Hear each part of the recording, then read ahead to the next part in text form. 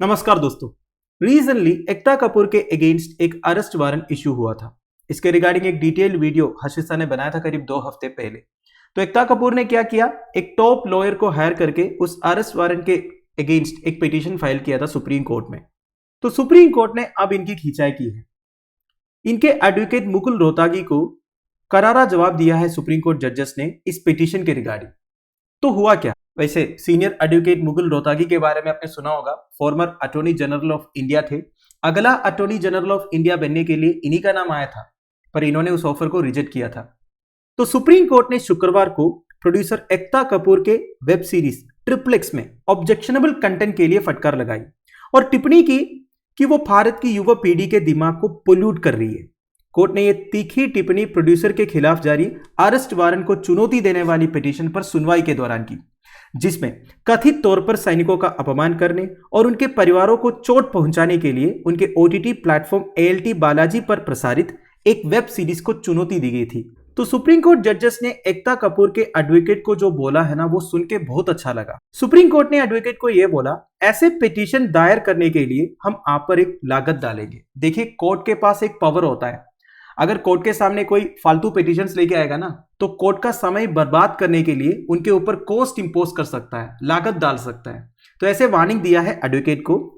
और कोर्ट ने यह भी बोला दोस्तों, सिर्फ इसलिए कि आप खर्च कर सकते हैं और किराए पर ले सकते हैं अच्छे वकीलों की सेवाएं, ये अदालत उनके लिए नहीं है जिनके पास आवाज। एकदम सही बात बोले हैं। जितने इस तरह के रिच पर्सनालिटीज है ना, जिनके पास खूब पैसे हैं, इनके अगेंस्ट जब भी कोई कंप्लेंट्स वगैरह आते हैं, वो सबसे पहले देश का टॉप लॉयर को हायर करेंगे, जो एक सिटिंग के लिए 20 से लेके 25 लाख तक चार्ज करते हैं, ये सोच के कि हमारे पास पैसे हैं तो हम कुछ भी कर सकते हैं। और सुनिए दोस्तों, कोर्ट ने क्या बोला। ये अदालत उन लोगों के लिए काम करती है जिनके पास आवाज नहीं है। अगर इन लोगों को हर तरह की सुविधाएं नहीं मिलती है तो उन्हें न्याय नहीं मिल सकता है। तो इस आम आदमी की स्थिति के बारे में सोचें। अब हम डिस्कस करेंगे दोस्तों, इंडिया में OTT प्लेटफॉर्म्स को किस तरह रेगुलेट किया जाता है। लास्ट ईयर फरवरी में government of India information technology intermediary guidelines and digital media ethics code rules 2021 notify किया था OTT प्लेटफॉर्म्स को रेगुलेट करने के लिए। तो इसमें इंपॉर्टेंट पॉइंट्स क्या क्या है दोस्तों। सबसे पहले, OTT प्लेटफॉर्म्स को publishers of online curated content बोलते हैं। क्या है online curated content? Audio visual content such as films, web series, podcast, etc. made available to the viewers on demand, including but not limited through subscription by OTT platforms. तो देखिए, ऐसे audio visual content such as films हो गया, web series हो गया, podcast हो गया, जो व्यूवर्स को ऑन डिमांड मिलते हैं। ऑन डिमांड मतलब क्या है? जब हमको देखना है तब हम देख सकते हैं। ऐसे ऑडियो विजुअल कंटेंट को आप ऑनलाइन क्यूरेटेड कंटेंट बोल सकते हैं।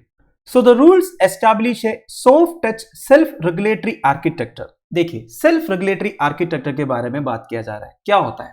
बेसिकली OTT प्लेटफॉर्म्स को अपने कंटेंट सेल्फ रेगुलेट करना पड़ेगा। इसके लिए एक 3 टियर ग्रीवियंस रेड्रेसल मैकेनिज्म होना चाहिए। क्या होता है 3 tier grievance redressal mechanism?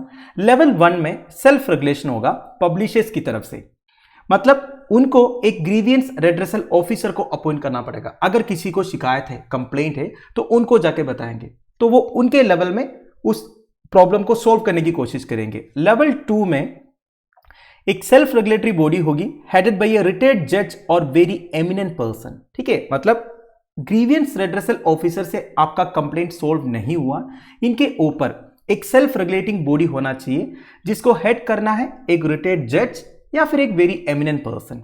Now level 3 involves an oversight mechanism at the government level. तो देखिए, सबसे टॉप लेवल में गवर्नमेंट आता है जो इस पूरे कंटेंट को ओवरसी करेंगे। ठीक है, तो यह है 3 tier grievance redressal mechanism for OTT platforms. Now they provide for self classification of the content without any involvement of central board of film certification. देखिए, हमारे देश में जितने मूवीज रिलीज होते हैं ना दोस्तों, वो मूवी रिलीज होने से पहले central board of film certification उस मूवी को सर्टिफाई करते हैं। आप जब मूवीज देखते हो तो मूवी शुरू होने से पहले इस तरह एक सर्टिफिकेट देखा होगा, ये central board of film certification का सर्टिफिकेट है। ये उस मूवी को रेट करते हैं, VUA इस तरह का रेटिंग रहता है। मतलब इससे पता चलता है कि उस मूवी में कुछ अडल्ट कंटेंट है या वायलेंस है, इस तरह। ठीक है, तो OTTs को क्या करना है? सेल्फ क्लासिफिकेशन करना है।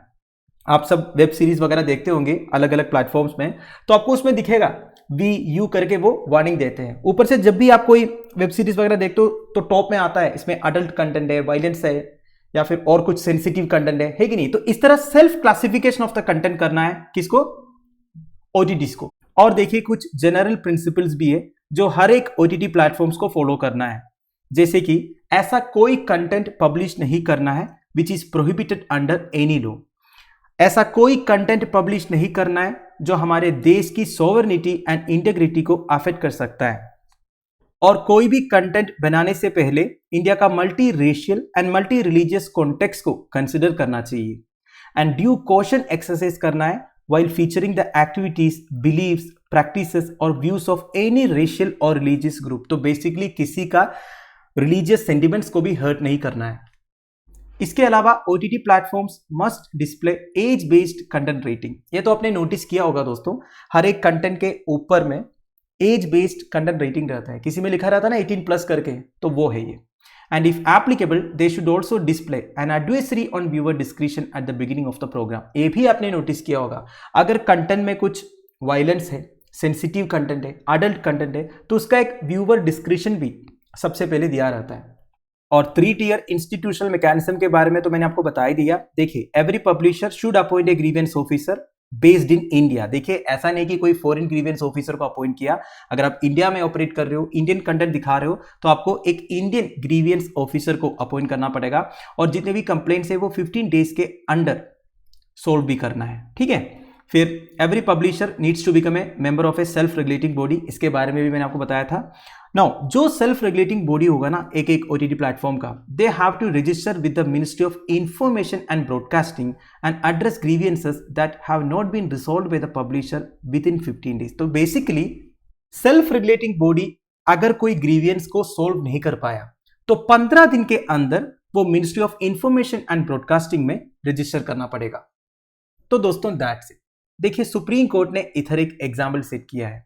जिस तरीके से सुप्रीम कोर्ट ने इस पिटीशन के अगेंस्ट अपना ऑब्जर्वेशन दिया है वो काफी प्रेसवर्दी है।